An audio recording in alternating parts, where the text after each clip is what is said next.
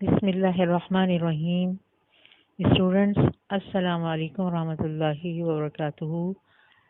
हम आज पढ़ रहे हैं second year physics in board, chapter 13 current electricity.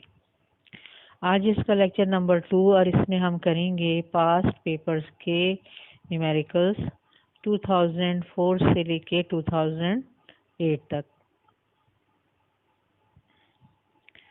अब ये देखिए कि 2004 में चैप्टर 13 का कोई न्यूमेरिकल नहीं आया है, इसलिए अब हम आ जाते हैं 2005 पर। 2005 पर जो है हमारे पास न्यूमेरिकल है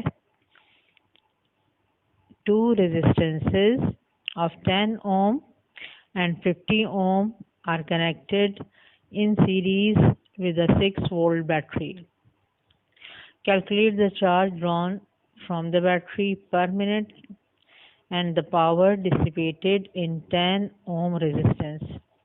अब यहाँ पे देखिए कि क्या गिवन है कि दो रेजिस्टेंस हैं। एक रेजिस्टेंस की वैल्यू है 10 ओम और दूसरे रेजिस्टेंस की वैल्यू है 50 ओम, और दोनों किस तरह से लगाई गई हैं? सीरीज में लगाई हैं, यानी कि साइड बाय साइड लगाई हैं।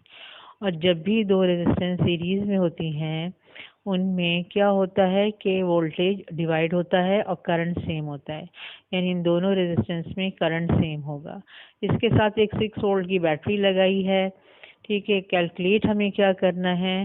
चार्ज, ठीक है, drawn from the battery per minute. 1 minute में, ठीक है, बैटरी से कितना चार्ज निकल रहा है ये हमें कैलकुलेट करना है।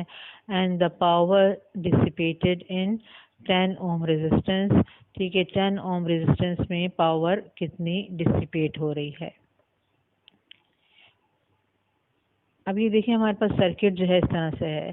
ठीक है, दो रेजिस्टेंस है, ठीक है, 10 ओम और 50 ओम की, जिसे हमने R1 और R2 से डिनोट किया है।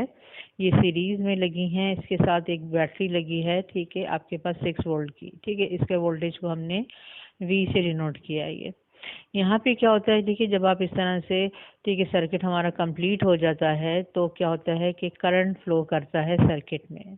ठीक है, बैटरी में से जो करंट निकलता है, ठीक है, उसे हम कहते हैं करंट आई, ठीक है, विच इज टोटल करंट। ठीक है, अब करंट का मतलब क्या होता है कि charge is flowing in the circuit. ठीक है, करंट होता है, ठीक है, charge flowing per second in the circuit. ठीक है, हम ये फॉर्मूला देख चुके हैं। ठीक है, करंट का होता है I is equal to Q upon T. ठीक है, क्यू आप स्मॉल भी लिख सकते हैं, कैपिटल भी लिख सकते हैं। तो ये फार्मूला होता है कि 1 सेकेंड में, ठीक है, 1 सेकेंड में किसी भी पॉइंट से, सर्किट के किसी पॉइंट से, ठीक है, 1 सेकेंड में से जितना चार्ज फ्लो करेगा, ठीक है, वो वहाँ करंट होगा। ये अब बैटरी से कह रहे हैं तो इसका मतलब है कि अब हम यहाँ से हम देखेंगे कि बैटरी से कितना चार्ज निकल रहा है। और यहाँ पर इस पॉइंट पर, ठीक है, यहाँ पे कोई भी गिवन पॉइंट, ठीक है, बैटरी के नज़दीक ले लें कि यहाँ पर, ठीक है, 1 सेकेंड में से कितना चार्ज फ्लो कर रहा है। ठीक है, ये तो होता है करंट। ठीक है, अब चार्ज क्या होता है? चार्ज होता है, ठीक है, हमने इसको चार्ज को भी, ठीक है, देखा था कि चार्ज होता है हमारे पास Q is equal to N E. ठीक है, एन होते हैं इसमें नंबर ऑफ इलेक्ट्रॉन्स, कि एन जो है नंबर ऑफ इलेक्ट्रॉन्स होते हैं, ई जो होता है चार्ज ऑफ 1 इलेक्ट्रॉन, और ई की वैल्यू क्या होती है? 1.6 एक्सपोनेंट माइनस 19 कूलम। ठीक है, यानी अगर हमें ये बताया जाए कि इस बैटरी में से 100 इलेक्ट्रॉन्स जो हैं वो निकल रहे हैं तो चार्ज कितना होगा? चार्ज 100 नहीं होगा, बल्कि हम क्या करेंगे, चार्ज कैलकुलेट करेंगे, जैसे कि एन हो जाएगा 100 और ये क्या होगा 1.6 एक्सपोनेंट माइनस 19, इनको मल्टीप्लाई करेंगे तो हमारे पास चार्ज आ जाएगा कि बैटरी से इतना चार्ज निकल रहा है ये। ठीक है, और ये चार्ज जो होगा, ठीक है, अगर आप इसका टाइम जो है यहाँ पे 1 सेकेंड लें, ठीक है, और फिर यहाँ पे चार्ज की वैल्यू रख दें तो ये आपके पास करंट आ जाएगा कि चार्ज, ठीक है, flowing in 1 second is called current. ये हमारे पास करंट आ जाएगा ये। अब हमें जो कैलकुलेट करना है वो करना है चार्ज पर मिनट। ठीक है, तो हम जो है, ठीक है, जब कैलकुलेट करेंगे, ठीक है, चार्ज पर मिनट, तो हम यहाँ पे टाइम 1 सेकेंड नहीं लेंगे बल्कि यहाँ पे 1 मिनट कर देंगे। तो टाइम जब हम यहाँ पे 1 मिनट कर देंगे, ठीक है, तो यहाँ पर हमारे पास जो चार्ज आएगा वो आ जाएगा फॉर 1 मिनट, कि 1 मिनट में, ठीक है, किसी गिवन पॉइंट से, क्योंकि इस पूरा सर्किट जो सीरीज में है, इस पूरे सर्किट में करंट सेम है, ठीक है, यानी पूरे सर्किट में सिमिलरली सेम चार्ज जो है फ्लो कर रहा है। तो यहाँ पे सर्किट के किसी पॉइंट से भी आप ले सकते हैं, तो किसी पॉइंट से, ठीक है, 1 मिनट में कितना चार्ज फ्लो कर रहा है, ठीक है, ये आपको कैलकुलेट करना है। वही चार्ज होगा drawn from the battery per minute, ठीक है। तो यहाँ पर हम क्या करेंगे, पहले हम कैलकुलेट करेंगे करंट, ठीक है, जो कि टोटल करंट होगा, ठीक है। उसके बाद हम यहाँ पे टाइम लेंगे 1 मिनट, और 1 मिनट को हम चेंज कर लेंगे सेकेंड में। 1 मिनट में 60 सेकेंड्स होते हैं, ठीक है। यहाँ पे हम लेंगे 60 सेकेंड, यहाँ पे जो हमने करंट कैलकुलेट किया है, और यहाँ पे हमारा, ठीक है, क्यू हम कैलकुलेट कर सकते हैं by multiplying I N T. यहाँ इस तरह से हम चार्ज कैलकुलेट करेंगे फॉर 1 मिनट, ठीक है, फ्रॉम द बैटरी। उसके बाद हमें जो कैलकुलेट करना है सेकंड पार्ट है पावर डिसिपेटेड इन, ठीक है, दिस रेजिस्टेंस, ठीक है, R1 में कितनी पावर डिसिपेट हो रही है। तो पावर क्या होती है, ठीक है, पावर होती है, अब देखें जब भी यहाँ से चार्ज निकलता है बैटरी से, ठीक है, तो जब ये मूव करता है सर्किट में, तो ये अपनी एनर्जी, इसकी एनर्जी क्या होती है, लूज होती है ये, ठीक है। जब ये किसी रेजिस्टेंस में से पास होता है तो ये अपनी एनर्जी लूज करता है, ठीक है, वो in the form of heat, ठीक है, ज़ाया हो जाती है इसकी एनर्जी, चार्ज की एनर्जी लूज हो जाती है, ठीक है, ये यहाँ पर वेस्ट होती है। देखिए जितनी ज़्यादा रेजिस्टेंस होगी उतनी ज़्यादा एनर्जी लूज करेंगे चार्ज, ठीक है। क्योंकि आप देखें कहीं से भी अगर हम गुजर रहे हों और वहाँ पे ज़्यादा रुकावट हो, तो वहाँ पे हमारी ज़्यादा एनर्जी यूटिलाइज होती है उस जगह से गुजरने में, और जहाँ कम रेजिस्टेंस हो, कम रुकावट हो, वहाँ पर हमारी कम एनर्जी यूटिलाइज होती है, यानी हम वहाँ से आसानी से गुजर जाते हैं। तो चार्ज के साथ भी ऐसा ही होता है कि चार्ज जब कम रेजिस्टेंस में से, अगर रेजिस्टेंस की वैल्यू कम है और वहाँ से चार्ज फ्लो कर रहा है, तो उसकी एनर्जी जो है वो वहाँ पर कम लूज होगी, वहाँ पे कम ज़ाया होगी, ठीक है। और जहाँ जो है रेजिस्टेंस जो है वो ज़्यादा है, ठीक है, वहाँ से जब चार्ज गुजरेगा तो वहाँ अपनी वो ज़्यादा एनर्जी लूज़ करेगा। तो जो एनर्जी लूज़ करता है, ठीक है, वो एनर्जी लॉस्ट पर सेकेंड, उसको हम कहते हैं पावर। यानी पावर जो है इलेक्ट्रिकल सर्किट में होता है कि एनर्जी लॉस्ट, ठीक है, इन 1 सेकेंड, ठीक है, ये हम कहते हैं पावर डिसिपेट हो गई है, ज़ाया हो गई है, वेस्ट हो गई है, ठीक है। इसको हम क्या कहते हैं, हीट डिसिपेटेड भी कहते हैं, यानी अगर हीट लॉस्ट, ठीक है, इन 1 सेकेंड, ठीक है, हीट कितनी लॉस्ट हो रही है, ठीक है, 1 सेकेंड में, वही होती है हमारे पास पावर, ठीक है। पावर का फॉर्मूला जो होता है इलेक्ट्रिकल सर्किट के लिए क्या होता है, ठीक है, voltage multiply by current, V I, ठीक है, वी आई होता है। और फिर अगर हमारे पास, ठीक है, हम इसको कन्वर्ट भी कर सकते हैं, अगर हमारे पास समझ लीजिए वोल्टेज नहीं है तो हम ओम्स लॉ के ज़रिए वी को रिप्लेस कर सकते हैं आई आर से। पावर जो है, ठीक है, डायरेक्टली प्रोपोर्शनल होती है रेजिस्टेंस के, जहाँ रेजिस्टेंस ज़्यादा होगी वहाँ ज़्यादा पावर, ठीक है, लॉस्ट यानी डिसिपेट होगी, ठीक है। जहाँ पे कम रेजिस्टेंस होगी, ठीक है, वहाँ पर कम पावर जो है वो डिसिपेट होगी, कम एनर्जी लूज होगी, ठीक है। तो इस तरह से हम, ठीक है, देखते हैं कि पावर डिसिपेटेड कैलकुलेट कैसे करेंगे। अब यहाँ पर आप ये देखें कि हम डाटा हमने बनाया है, हमने पहले रेजिस्टेंस लिए हैं, ठीक है, R1 10 ओम, और ये इसको R2 से हमने डिनोट किया है, R2 है हमारे पास 50 ओम। इसको हम डिनोट करेंगे V से, ठीक है, ये है V वोल्टेज है किसका, बैटरी का, EMF है 6 वोल्ट, ठीक है, V से डिनोट किया है। चार्ज हम कैलकुलेट करेंगे फ्रॉम द बैटरी, ठीक है, ये कैपिटल Q से हमने डिनोट किया है, इसको हम स्मॉल q से भी डिनोट कर सकते हैं, ठीक है। और टाइम, क्योंकि 1 मिनट के लिए हम देख रहे हैं कि चार्ज कितना ड्रॉ कर रही है, क्या हो रहा है बैटरी से, यहाँ पर हम टाइम लेंगे 1 मिनट और इसको हम सेकेंड में कन्वर्ट कर लेंगे।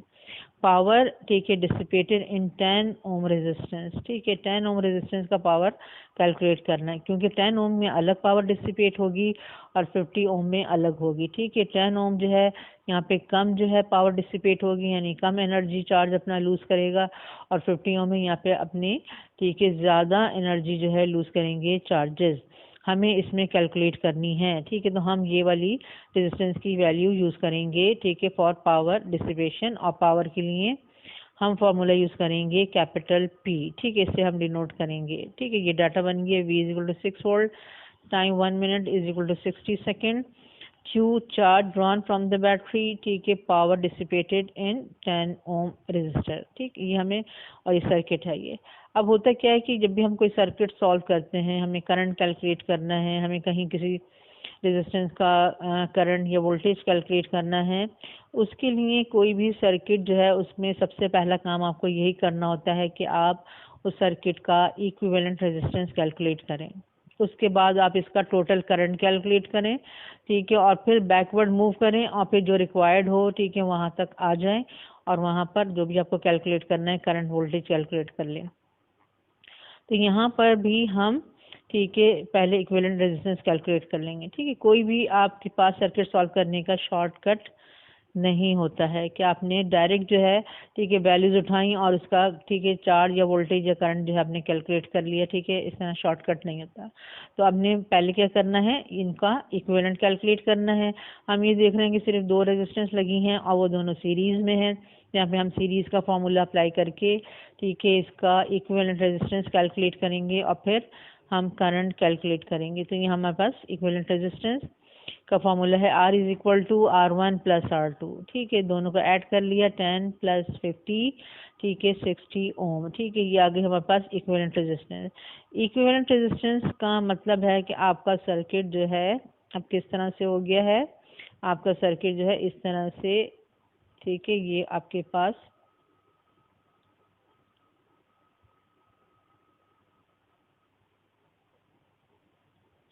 एक रेजिस्टेंस आपके पास आ गई। ठीक है, यानी कि आपकी इक्विवेलेंट रेजिस्टेंस ये R है और ये आपके पास एक बैटरी लगी। ये आपका सर्किट जो है अब आपका चेंज हो गया है। तो अब इसमें जो है अब आप क्या करेंगे कि करंट कैलकुलेट करेंगे। ये होगा current drawn from the battery, ये इसको कहते हैं हम टोटल करंट। ठीक है, ये टोटल करंट अब हम मालूम करेंगे और ये क्या है, ये इक्विवेलेंट रेजिस्टेंस है ये। तो अब इस टोटल करंट के लिए हमें ये रेजिस्टेंस की वैल्यू लेना है और ये इसका, ठीक है, बैटरी का वोल्टेज लेना है। ठीक है, तो यहाँ पर फॉर्मूला हमारे पास आ जाएगा। ठीक है, ओम्स लॉ से V is equal to I R से करंट का फॉर्मूला बनता है I is equal to V upon R. V होगा, ठीक है, इसका वोल्टेज और रेजिस्टेंस होगी ये। ठीक है, क्योंकि अगर आपने एक रेजिस्टेंस है और एक आपके पास बैटरी लगी है तो जो बैटरी का वोल्टेज होता है 6 वोल्ट, वही इसका, ठीक है, वोल्टेज होता है रेजिस्टेंस का। यानी इसके अक्रॉस भी हम कहेंगे कितना वोल्टेज है, ये पोटेंशियल डिफरेंस है, 6 वोल्ट का वोल्टेज है। तो यहाँ पर V आप 6 ले लेंगे, R की वैल्यू क्या लेंगे 60 और करंट कैलकुलेट कर लेंगे। ये आएगा हमारे पास टोटल करंट। टोटल करंट के लिए देखें आपके पास 6 डिवाइड बाई 60, ये कितना है 0.1 एम्पेयर, ये है टोटल करंट। ठीक है, अब ये जो टोटल करंट है यहाँ से हम चार्ज कैलकुलेट करेंगे। करंट का फॉर्मूला होता है हमारे पास, बेसिक जो करंट का फॉर्मूला होता है वो होता है, ठीक है, चार्ज, ठीक है, डिवाइडेड बाय टाइम। ठीक है, टाइम अगर 1 सेकंड लेंगे, ठीक है, और चार्ज लेंगे तो ये आपके पास करंट आ जाएगा। ठीक है, लेकिन अगर टाइम अगर आप कुछ और ले रहे हैं तो फिर आपके पास, ठीक है, वो करंट उसके हिसाब से आएगा। यहाँ पर अब हमें चार्ज कैलकुलेट करना है। चार्ज का फॉर्मूला हम बनाएंगे इसी से। ठीक है, आएगा हमारे पास Q is equal to I multiply by T. ठीक है, I मल्टीप्लाई बाई टी और I कितना है हमारे पास 0.1 और टाइम कितना है 1 मिनट यानी 60 सेकेंड। हमने इनको मल्टीप्लाई किया, यहाँ पे हमारे पास आया 6 कूलम।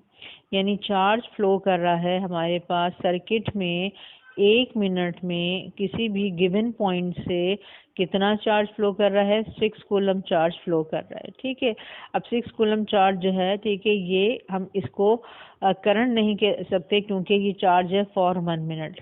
ठीक है, चार्ज फ्लोइंग फॉर 1 मिनट है, इसको हम चार्ज कहेंगे। ठीक है, फॉर 1 मिनट कह सकते हैं, लेकिन हम इसे करंट नहीं कह सकते क्योंकि करंट होता है चार्ज फ्लोइंग, ठीक है, पर सेकेंड। ठीक है, ये आपके पास 0.1 है। तो ये आ गया चार्ज फ्लोइंग, ठीक है, drawn from the battery per minute 6 coulomb. ठीक है, दिस इज आंसर। अब नेक्स्ट पार्ट क्या है हमारे पास, power dissipated in R1। Power का मैंने जैसे फॉर्मूला बताया है आपके पास, ठीक है, और ये वही उसी बेसिक फार्मूले से ड्राइव होके आता है जो होता है हमारे पास रेट ऑफ डूइंग वर्क यानी वर्क अपॉन टाइम, उसी से हमने ड्राइव किया है। पावर आता है हमारे पास इलेक्ट्रिकल सर्किट के लिए वोल्टेज मल्टीप्लाई बाय करंट, यानी जिस रेजिस्टेंस का आपको पावर कैलकुलेट करनी है उसके अक्रॉस कितना वोल्टेज है और उसका कितना करंट है, उसमें से कितना करंट फ्लो हो रहा है। अगर आप दोनों को मल्टीप्लाई कर दें तो आपके पास क्या आ जाएगी, पावर आ जाएगी। ठीक है, तो यहाँ पर अब हम ये भी कर सकते हैं कि हम वोल्टेज कैलकुलेट कर लें पहले R1 का, ठीक है, और फिर उसको करंट से मल्टीप्लाई कर दें। ठीक है, इससे भी आंसर आ जाएगा पावर का। लेकिन हम क्योंकि करंट कैलकुलेट कर चुके हैं, R1 हमें गिवन है, इस फॉर्मूले को हम कन्वर्ट कर लेंगे, ठीक है, अपने किस में, ठीक है, आई आर के फॉर्मूले में, यानी कि वी को रिमूव कर देंगे। तो वी कैसे रिमूव करेंगे, हमें पता है according to Ohm's law V होता है V is equal to I R. ठीक है, अब ये वोल्टेज है, ठीक है, किसका, R1 का, तो हम V1 से डिनोट कर रहे हैं। और ये R1 रेजिस्टेंस की बात हो रही है पावर डिसिपेशन के लिए, यहाँ R1 लिखेंगे। करंट के साथ मैंने देखें I1 नहीं लगाया क्योंकि करंट इज सेम, ठीक है, इन द होल सर्किट। ठीक है, R1 में से, R2 में से, पूरे सर्किट में से जो करंट फ्लो हो रहा है वो सेम है, इसलिए ये I ही रहेगा। तो अब हम V की जगह जब हम पुट कर देंगे IR1, तो ये फॉर्मूला बन जाएगा I²R1। I की वैल्यू क्या है हमारे पास 0.1, R1 की वैल्यू हमारे पास क्या है 10।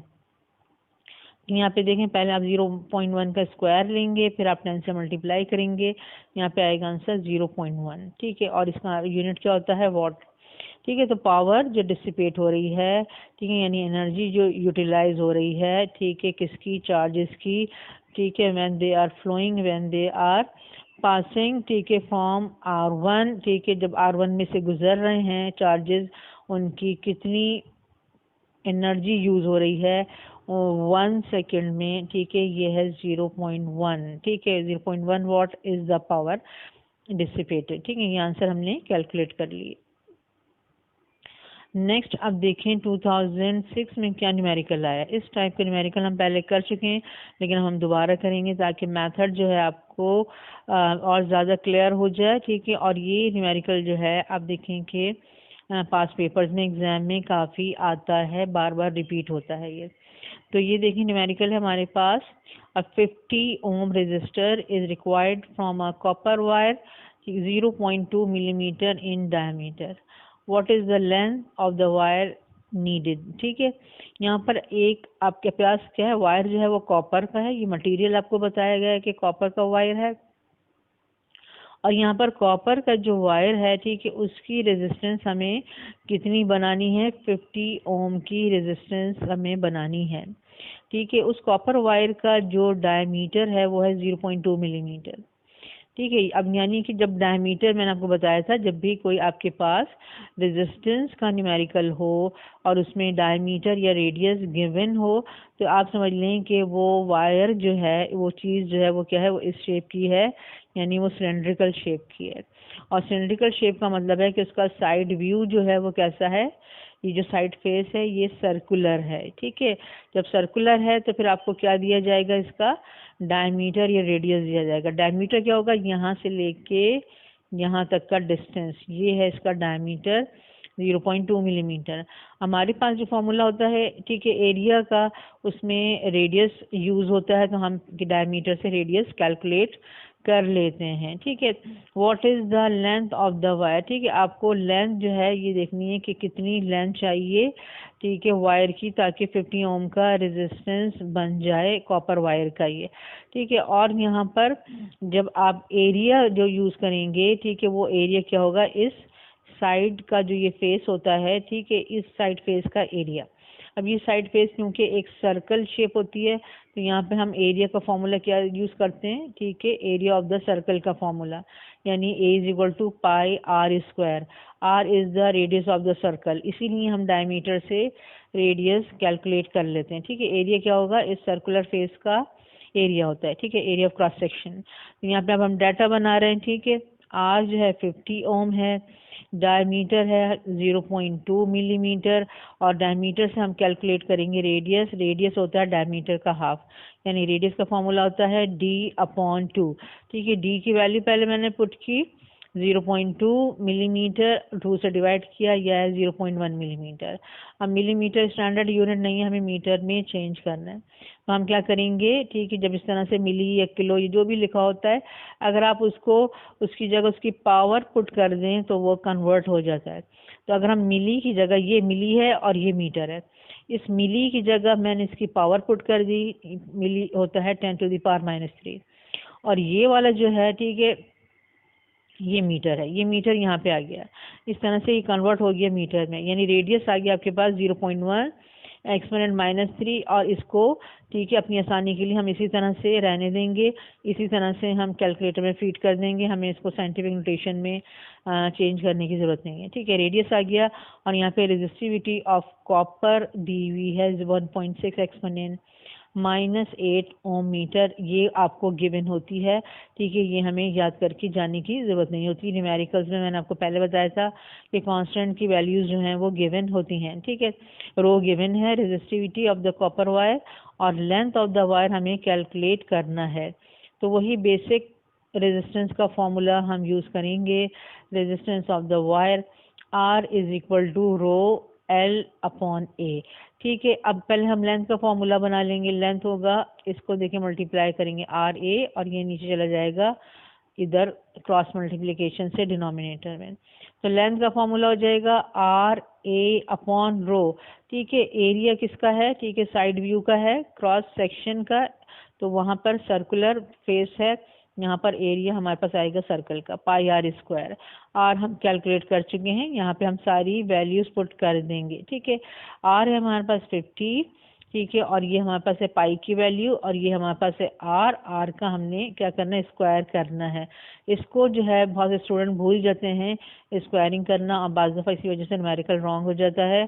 तो ये याद रखें कि आर जो है स्क्वायर के साथ आता है, यहाँ पे आर की स्क्वायरिंग लाजमी करनी है। यहाँ पे नीचे मैंने रो की वैल्यू लिखी है।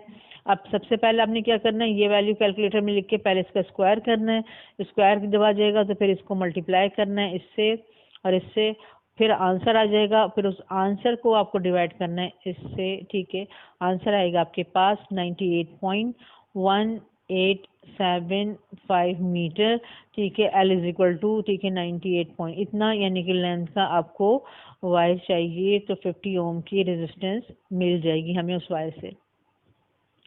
अब नेक्स्ट आप देखें, हमारे पास 2007 में भी चैप्टर 13 का न्यूमेरिकल नहीं आया है, तो हम अब आ गए हैं, ठीक है, 2008 पर। 2008 में देखें क्या आपके पास न्यूमेरिकल आया है। A rectangular block of iron has the dimension 1.2 centimetre into 1.2 centimetre into 15 centimetre. ठीक है, अब ये देखें, ये रेजिस्टेंस का ही न्यूमेरिकल है ये। अब ये रेजिस्टेंस का न्यूमेरिकल है, लेकिन इसमें यहाँ पर रेडियस और डायमीटर गिवन नहीं है। इसका मतलब है कि अब ये सिलेंड्रिकल शेप का, ठीक है, कोई ऑब्जेक्ट नहीं है, यानी कि वायर नहीं है, और यहाँ पे लिखा हुआ भी है कि रेक्टेंगुलर ब्लॉक, यानी एक आयरन का रेक्टेंगुलर ब्लॉक है। ठीक है, इसकी हमें क्या करना है? यहाँ पे हमें रेजिस्टेंस मालूम करनी है, डायमेंशन हमें बताई हैं। ठीक है, इस तरह से लिख के बताई हैं, और इस तरह से अब आपको देख लें कि ये क्या होगी। ठीक है, सबसे बड़ा ये क्या होती है? लेंथ होती है, 15 सेंटीमीटर लेंथ होगी, और ये समझ लेंगे इसकी, ठीक है, ब्रेथ होगी, और ये क्या होगी? इसकी हाइट होगी। ठीक है, इस तरह से ये इसकी डायमेंशन दी हुई हैं, और कैलकुलेट क्या करना है आपको? ठीक है, 2 पार्ट्स हैं इसके।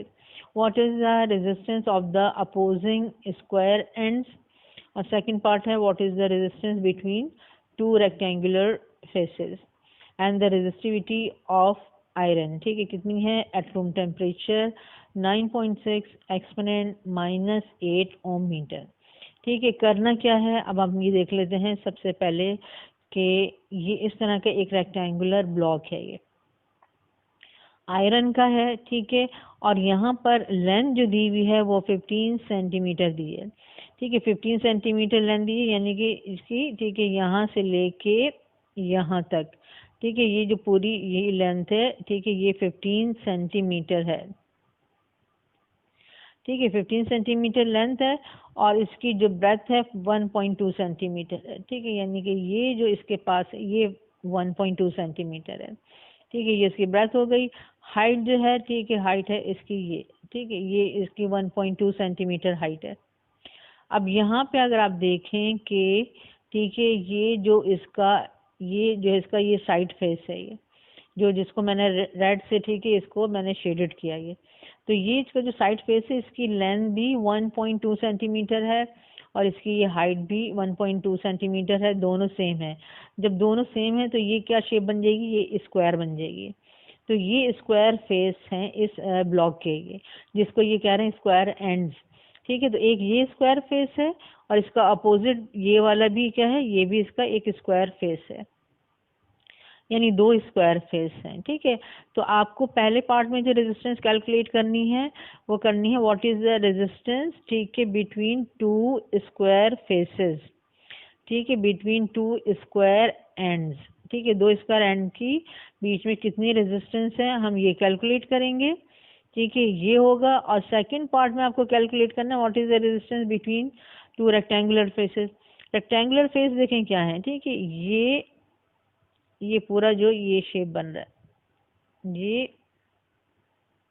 ये वाला जिसको मैंने येलो से, ठीक है, शेड किया, ये जो है पूरा एक रेक्टेंगुलर फेस है।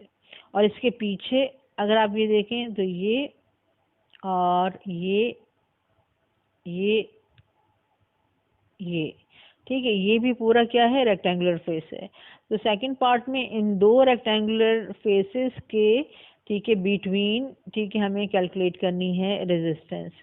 अब दोनों पार्ट में जो है डाटा अलग हो जाएगा क्योंकि रेजिस्टेंस का बेसिक फार्मूला यूज होगा R is equal to rho L upon A. तो इन दोनों जो पार्ट्स में, ठीक है, एल और ए जो है डिफरेंट होंगे, रो सेम होगी क्योंकि पूरा जो मटेरियल है वो आयरन का है और दोनों पार्ट्स में रो जो है वो वही रहेगा 9.6 एक्सपोनेंट -8, ठीक है।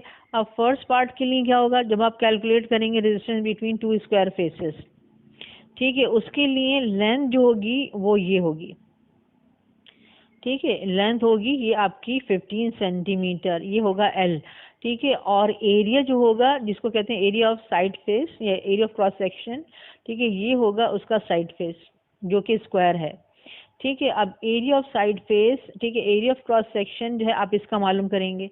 अब ये क्योंकि स्क्वायर है तो इसमें आप कोई पाई या आर स्क्वायर का फॉर्मूला अप्लाई नहीं करेंगे क्योंकि हम जो है एरिया का फॉर्मूला अप्लाई करते हैं अकॉर्डिंग टू शेप। यहाँ पे एक स्क्वायर शेप है तो यहाँ पे इसका फॉर्मूला जो है आप, ठीक है, अप्लाई करेंगे दिस मल्टीप्लाई बाय दिस, ठीक है। यानी आप ये भी कह सकते हैं कि 1.2 का स्क्वायर, या आप ये भी कह सकते हैं 1.2 मल्टीप्लाई बाय 1.2, यानी लेंथ मल्टीप्लाई बाय ब्रेथ का फॉर्मूला आप यूज करेंगे। तो इसका एरिया निकालने के लिए, ठीक है, हम क्या करेंगे 1.2 सेंटीमीटर मल्टीप्लाई बाय 1.2 सेंटीमीटर करेंगे तो इसका एरिया आ जाएगा। तो एरिया ऑफ क्रॉस सेक्शन इसका आएगा और लेंथ जो है इसकी आएगी, ठीक है। और हम कैलकुलेट कर लेंगे रेजिस्टेंस, ठीक है, बिटवीन 2 अपोजिंग स्क्वायर एंड्स, ठीक है। पहले ये पार्ट कर लेते हैं फिर देखते हैं सेकंड पार्ट में हमसे क्या पूछा है। तो पार्ट 1 के लिए जो हमारा डाटा बनेगा वो होगा लेंथ 15 सेंटीमीटर, यूनिट देखें स्टैंडर्ड नहीं है, हमें इसको मीटर में कन्वर्ट करना है। तो सेंटीमीटर से मीटर में कन्वर्ट करने के लिए हम क्या करते हैं 100 से डिवाइड करते हैं। 15 को 100 से डिवाइड करेंगे तो आएगा 0.15 सेंटीमीटर, ठीक है। अब बहुत से स्टूडेंट्स जो है वो कैलकुलेटर से डिवाइड कर रहे होते हैं 100 से, ठीक है। तो अब देखें 10 से या 100 से 1000 से डिवाइड करने के लिए आपको कैलकुलेटर की ज़रूरत नहीं है, आप सिर्फ पॉइंट आपको शिफ्ट करना होता है, ठीक है। अब पॉइंट यहाँ पे क्या है, इसके बाद है 5 के बाद। तो अगर आप 100 से डिवाइड कर रहे हैं, 100 में 2 जीरो होते हैं तो इसका मतलब है पॉइंट जो है, ठीक है, टूवर्ड्स लेफ्ट 2 डिजिट पीछे आएगा, ठीक है। यानी कि एक ये डिजिट और एक ये डिजिट, ठीक है, 2 डिजिट्स बैकवर्ड यानी कि टूवर्ड्स लेफ्ट पॉइंट को मूव कर दें अगर 100 से डिवाइड करना है, ठीक है। 100 से डिवाइड करने के लिए पॉइंट यहाँ पे आ गया, मैंने लिख दिया 0.15 मीटर, ठीक है। ये आप डायरेक्ट बिल्कुल इस तरह से लिख सकते हैं, ठीक है, 100 से अगर आपको डिवाइड करना है, ठीक है। पॉइंट्स को 2 डिजिट्स पीछे शिफ्ट कर दें। उसके बाद एरिया कैलकुलेट करने के लिए, ठीक है, स्क्वायर फेस का एरिया कैलकुलेट करने के लिए length multiply by breath, length भी 1.2 सेंटीमीटर है और ब्रेथ भी 1.2 सेंटीमीटर है। अब पहले हम सेंटीमीटर को कन्वर्ट करेंगे मीटर में, ठीक है, यानी इसको 100 से डिवाइड करेंगे, 0.2 डिजिट्स पीछे शिफ्ट कर दें, एक पहले यहाँ पे आएगा पॉइंट, उसके बाद और डिजिट नहीं है तो हम 0 लगा देंगे और 0 लगा के पॉइंट यहाँ शिफ्ट कर देंगे तो यहाँ पे आ जाएगा 0.012।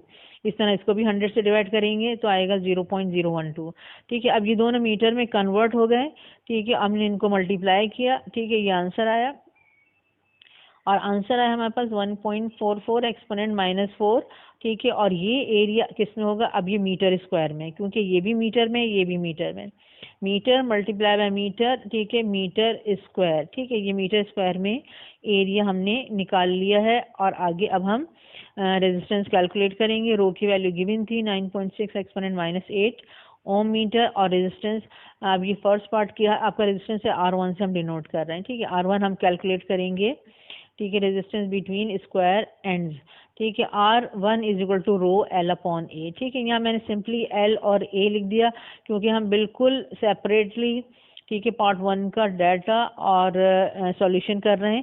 ठीक है, तो यहाँ पर मैंने इसके साथ ठीक है 1 1 नहीं लगाया, आप चाहें तो इसके साथ लगा सकते हैं। ठीक है, एल के साथ भी 1 लगा सकते हैं और ए के साथ भी 1 लगा सकते हैं, क्योंकि ये पार्ट 1 का L1 अलग होगा और पार्ट 2 में जो है वो इसका अलग होगा। ठीक है, और इस तरह से एरिया भी इसमें अलग होगा और पार्ट 2 का एरिया अलग होगा। ठीक है, अब यहाँ पे मैंने रो की वैल्यू पुट की है 9.6 एक्सपोनेंट -8, लेंथ कितनी है इसमें 0.15 और एरिया हमने कितना कैलकुलेट किया है, ठीक है 1.44 एक्सपोनेंट -4। ठीक है, अब पहले आपने इन दोनों को मल्टीप्लाई करना है, इक्वल करना है, इक्वल के बाद डिवाइड करना है, आंसर आ जाएगा 1 एक्सपोनेंट -4 ओम। ठीक है, ये है resistance between two opposing square ends. Part 2 के लिए अब आप ये देख लें, फिर हम आप ठीक है फिगर देखनी पड़ेगी। पार्ट 2 में जो है ये दो रेक्टेंगुलर फेसेस हैं, एक ये रेक्टेंगुलर फेस है और ये एक रेक्टेंगुलर फेस है। ठीक है, इनके बिटवीन आपको रेजिस्टेंस कैलकुलेट करनी है। अब इनके बिटवीन कैलकुलेट करनी है तो ये रेक्टेंगुलर फेस जो होगा ये आपका साइड फेस होगा, यानी एरिया जो आप लेंगे ए वो इस रेक्टेंगुलर फेस का लेंगे। ठीक है, और यहाँ पे फिर लेंथ कितनी होगी, लेंथ होगी हमारे पास इन दो रेक्टेंगुलर फेस के बीच में, यानी इन दोनों रेक्टेंगुलर फेस के बीच में कितना डिस्टेंस है, ठीक है वो लेंथ होगी। यानी क्या होगा, ये डिस्टेंस है दो रेक्टेंगुलर फेस के बीच में, तो ये लेंथ होगी। ठीक है, ये डिस्टेंस है दो रेक्टेंगुलर फेसेस के बीच में, तो ये लेंथ होगी। ठीक है, यानी सेकंड पार्ट में लेंथ होगी हमारे पास 1.2 सेंटीमीटर और एरिया होगा इस रेक्टेंगुलर फेस का एरिया। तो रेक्टेंगुलर फेस का, रेक्टेंगल का एरिया भी क्या होता है, लेंथ मल्टीप्लाई बाय ब्रेथ। ठीक है, तो यहाँ पर आप क्या करेंगे, ठीक है आप इसको मल्टीप्लाई करेंगे 15 सेंटीमीटर को इससे मल्टीप्लाई करेंगे इससे। ठीक है, और ये भी कितना है, ठीक है ये या ये कितना है 1.2 सेंटीमीटर। तो रेक्टेंगुलर फेस का एरिया होगा 15 सेंटीमीटर मल्टीप्लाई बाय 1.2 सेंटीमीटर। ये रेक्टेंगुलर फेस का एरिया होगा और ये है इस वक्त ठीक है इसका साइड फेस। ठीक है, अब यहाँ पर हम आ जाते हैं सेकंड पार्ट का डाटा बनाएंगे। सेकंड पार्ट का डाटा में देखिए, लेंथ है हमारे पास यानी कि distance between two rectangular faces 1.2 centimetre, 100 से डिवाइड किया 0.012 मीटर, मीटर में कन्वर्ट हो गया। एरिया के लिए हम रेक्टेंगुलर फेस का एरिया लेंगे, ठीक है 15 सेंटीमीटर मल्टीप्लाई बाय 1.2 सेंटीमीटर। ठीक है, आगे पीछे लिखा है कोई फर्क नहीं पड़ता, आप 15 पहले लिख लें 1.2 बाद में लिख लें, ठीक है एक ही बात है। ठीक है, इसको मैंने ठीक है 100 से डिवाइड किया, ठीक है 0.012, इसको मैंने 100 से डिवाइड किया 0.15 सेंटीमीटर, फिर हमने इनको मल्टीप्लाई किया, दोनों मीटर में कन्वर्ट हो गए। मल्टीप्लाई करने पे आंसर आ रहा है 1.8 एक्सपोनेंट -3 और एरिया ये आ गया हमारे पास मीटर स्क्वायर में। ठीक है, अब ये देखें डिफरेंट है किससे, पहले वाले से। तो यहाँ पर हमारे पास एरिया आ रहा है ठीक है 1.8 एक्सपोनेंट -3 मीटर स्क्वायर और लेंथ है 0.012 मीटर। ये हम उसी सेम फॉर्मूले में पुट करेंगे, resistance between two rectangular faces, इसको हम डिनोट कर रहे हैं R2 से। R2 का फॉर्मूला क्या होगा, रो L/A। ठीक है, यहाँ पे मैंने L/A ठीक है ऐसे लिख दिया। ठीक है, आप चाहें तो L2 और A2 लिख सकते हैं। ठीक है, हम क्योंकि बिल्कुल सेपरेटली कर रहे हैं इसलिए कन्फ्यूजन नहीं है, हमने बिल्कुल क्लियरली इसको बता दिया है कि हम कहाँ का रेजिस्टेंस कैलकुलेट कर रहे हैं। यहाँ पे हमने रो की वैल्यू लिखी है, ठीक है एल की वैल्यू लिखी है 0.012 और यहाँ पे एरिया ठीक है जो हमने कैलकुलेट किया था 1.8 एक्सपोनेंट -3। पहले आपने इन दोनों को मल्टीप्लाई करना है, ठीक है इक्वल प्रेस करना है, उसके बाद फिर इसको डिवाइड करना है, इससे आंसर आएगा 6.4 एक्सपोनेंट -7 ओम। ये रेजिस्टेंस आ गई। अब यहाँ पे जो रेजिस्टेंस आई है ठीक है ये आई है बिटवीन टू रेक्टेंगुलर फेसेस और ये डिफरेंट है। ठीक है, हम देख रहे हैं, देखिए यहाँ पे वैल्यूज जो है ये पहले आ रही थी -4 में, R1 था -4 में और ये -7 में, इसका मतलब है ये स्मॉल वैल्यू है, ये रेजिस्टेंस कम है और पहला R1 जो था वो रेजिस्टेंस ज़्यादा थी। ठीक है, अब क्यों ज़्यादा थी क्यों कम थी, ठीक है ये हमसे पूछा नहीं गया है, लेकिन समझ लें कि रेजिस्टेंस जो होती है वो एरिया के इन्वर्सली प्रोपोर्शनल होती है। अगर एरिया ज़्यादा होगा तो रेजिस्टेंस कम होगी, अगर एरिया कम होगा तो रेजिस्टेंस ज़्यादा होगी। तो आप रेक्टेंगुलर फेस में आप देखें कि रेक्टेंगुलर फेस बड़ा है, एरिया क्या है, ज़्यादा है। जब एरिया ज़्यादा है तो रेजिस्टेंस क्या आनी चाहिए, कम, रेजिस्टेंस कम आनी चाहिए। ठीक, कम आई हमारे पास। और आपके पास स्क्वायर एंड में क्या था, स्क्वायर एंड जो था वो आपके पास उसका एरिया कम था, एरिया कम था तो रेजिस्टेंस ज़्यादा होनी चाहिए थी, रेजिस्टेंस ज़्यादा आई। ठीक है, इसलिए इसी वजह से हमारा आंसर जो है ठीक है डिफरेंट आया है। और यहाँ पर अब हमने दोनों चीज़ें कैलकुलेट करनी है और 2008 तक के ही हमें इस लेक्चर में ठीक है न्यूमेरिकल सॉल्व करने थे। तो यहाँ पर हमने 2004 से लेके 2008 तक के न्यूमेरिकल सॉल्व किए हैं। इंशाल्लाह नेक्स्ट लेक्चर में आगे हम 2009 से कंटिन्यू करेंगे और चैप्टर 13 के ही न्यूमेरिकल सॉल्व करेंगे। अस्सलाम वालेकुम रहमतुल्लाहि व बरकातुहू।